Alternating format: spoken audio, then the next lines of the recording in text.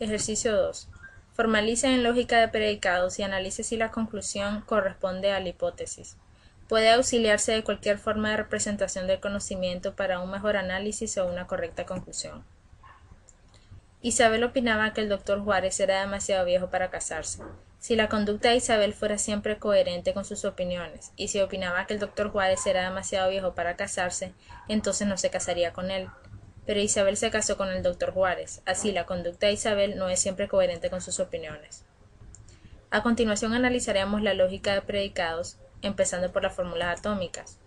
P de X es viejo entre paréntesis doctor Juárez. En esta fórmula atómica establecemos que el doctor Juárez es viejo. Q de Y es coherente entre paréntesis Isabel. En esta fórmula atómica establecemos que Isabel es coherente. R de X no se casarían entre paréntesis Isabel, doctor Juárez. Según la lógica de predicado, esto se lee que Isabel no se casaría con el doctor Juárez. En las fórmulas bien formadas tenemos que si Q de Y y P de X, entonces R de Z. Es decir, si Isabel es coherente y el doctor Juárez es viejo, entonces Isabel no se casaría con el doctor Juárez.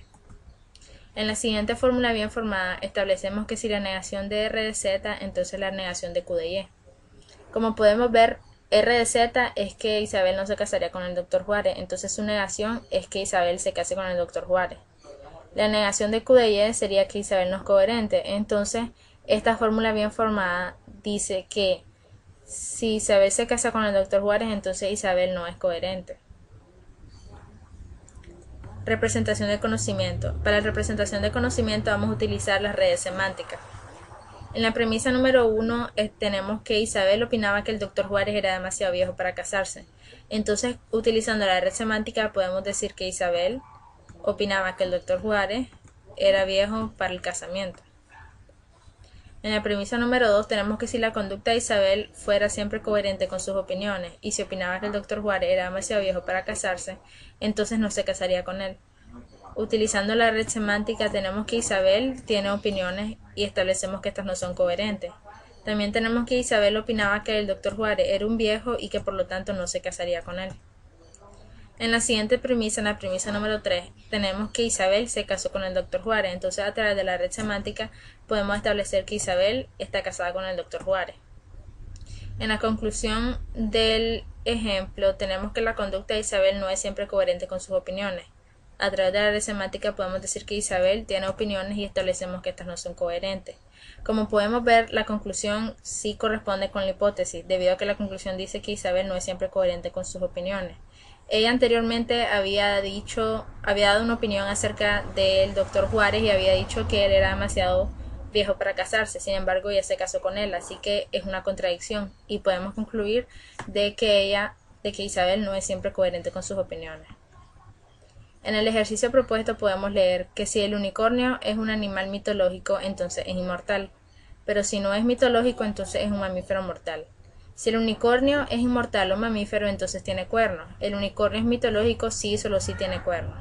Vamos a analizar este ejercicio propuesto. Empezaremos por aplicar la lógica de predicados utilizando las fórmulas atómicas. Decimos que PW, animal mitológico entre paréntesis unicornio. Aquí estamos estableciendo que el unicornio es un animal mitológico. En Q de X inmortal, entre paréntesis unicornio, establecemos que el unicornio es inmortal.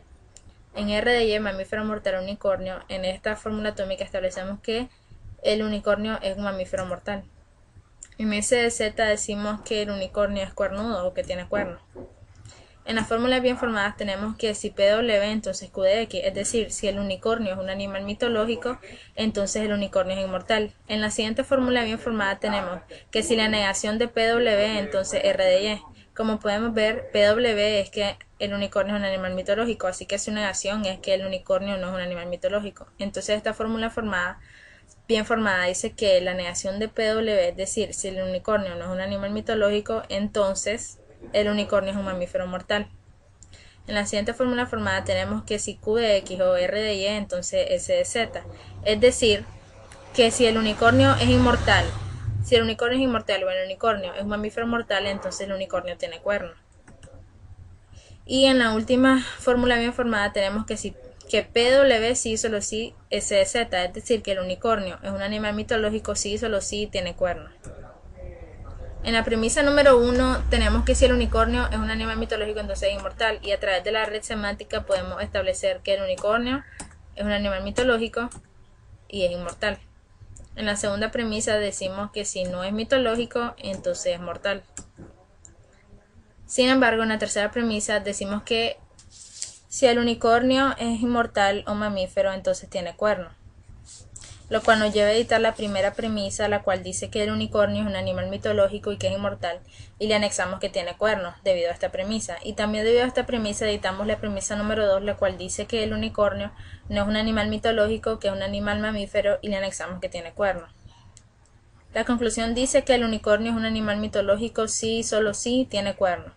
Como podemos analizar, esta conclusión no corresponde con la hipótesis debido a que la conclusión dice que el unicornio es un animal mitológico si y solo si tiene cuernos, y en la premisa anterior, en la premisa número 3, que establece que si el unicornio es inmortal o mamífero entonces tiene cuernos, en esta premisa se le atribuyen cuernos tanto a los animales mitológicos como a los mamíferos.